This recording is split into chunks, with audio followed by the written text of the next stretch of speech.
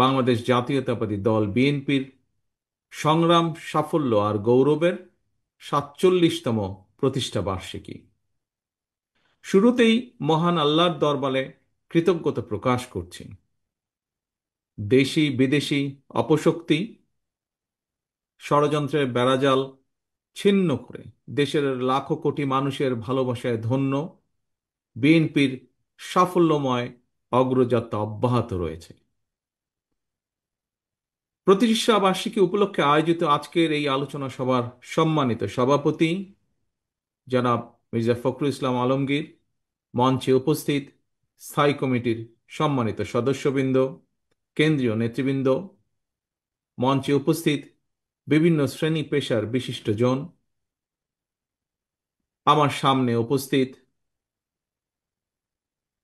প্রিয় সহকর্মীবৃন্দ, আসসালামু আলাইকুম। প্রতিষ্ঠা বার্ষিকীর এই গৌরবজনক মুহূর্তে স্বাধীনতার ঘোষক শহীদ রাষ্ট্রপতি জিয়াউর রহমানকে গভীর শ্রদ্ধার সঙ্গে স্মরণ করছি। দেশ এবং জনগণের স্বাধীনতা রক্ষার যে সুমহান লক্ষ্য নিয়ে বিএনপি প্রতিষ্ঠিত হয়েছিল,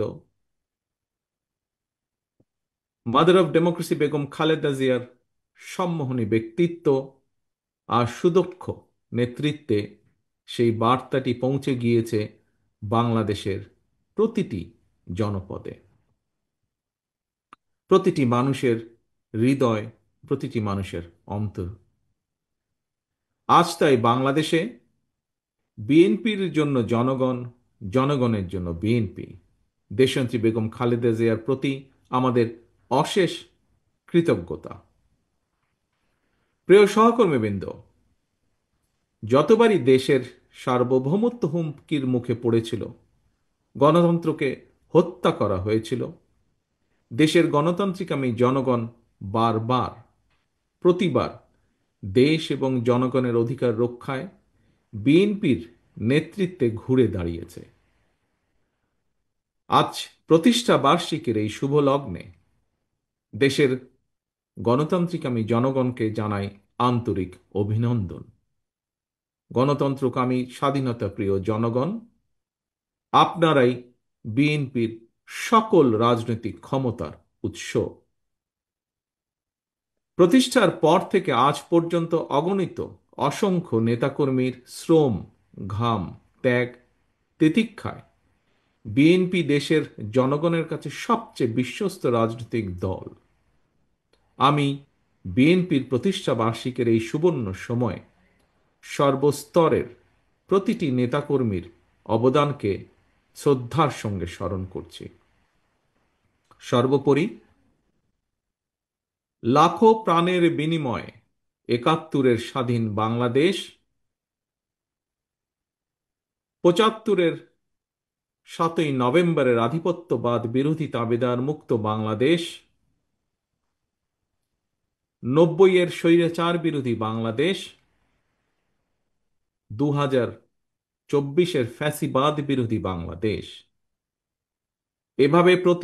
এভাবে ইতিহাসের প্রতিটি অধ্যায় দেশ এবং জনগণের অধিকার প্রতিষ্ঠায় বিএনপি এবং গণতন্ত্রের পক্ষের শক্তির নেতা কর্মী সমর্থক যারা আত্মত্যাগ করেছেন, হতাহত হয়েছেন, বিএনপির প্রতিষ্ঠা বার্ষিকীর এই ঐতিহাসিক মুহূর্তে আমি তাদের অবদানকেও কৃতজ্ঞতার সঙ্গে স্মরণ করতে চাই। সম্মানিত সভাপতি, সম্মানিত নেতৃবৃন্দ, ফ্যাসিবাদ বিরোধী ১.৫ দশকের বেশি সময় ধরে ধারাবাহিক আন্দোলনের ধারাবাহিকতায় নানা চড়াই উতরাই পেরিয়ে হাজারো শহীদের আত্মত্যাগে হাত, পা, চোখ হারানো, শত শত আহত যোদ্ধার আর্তনাদের মধ্যে দিয়ে ফ্যাসিবাদ মুক্ত বাংলাদেশ এখন জনগণের অধিকার প্রতিষ্ঠার সময় এবং সুযোগ এসেছে। এই সুযোগকে কাজে লাগিয়ে দেশের জনগণের অধিকার প্রতিষ্ঠার অন্যতম প্রধান উপায় জাতীয় নির্বাচন।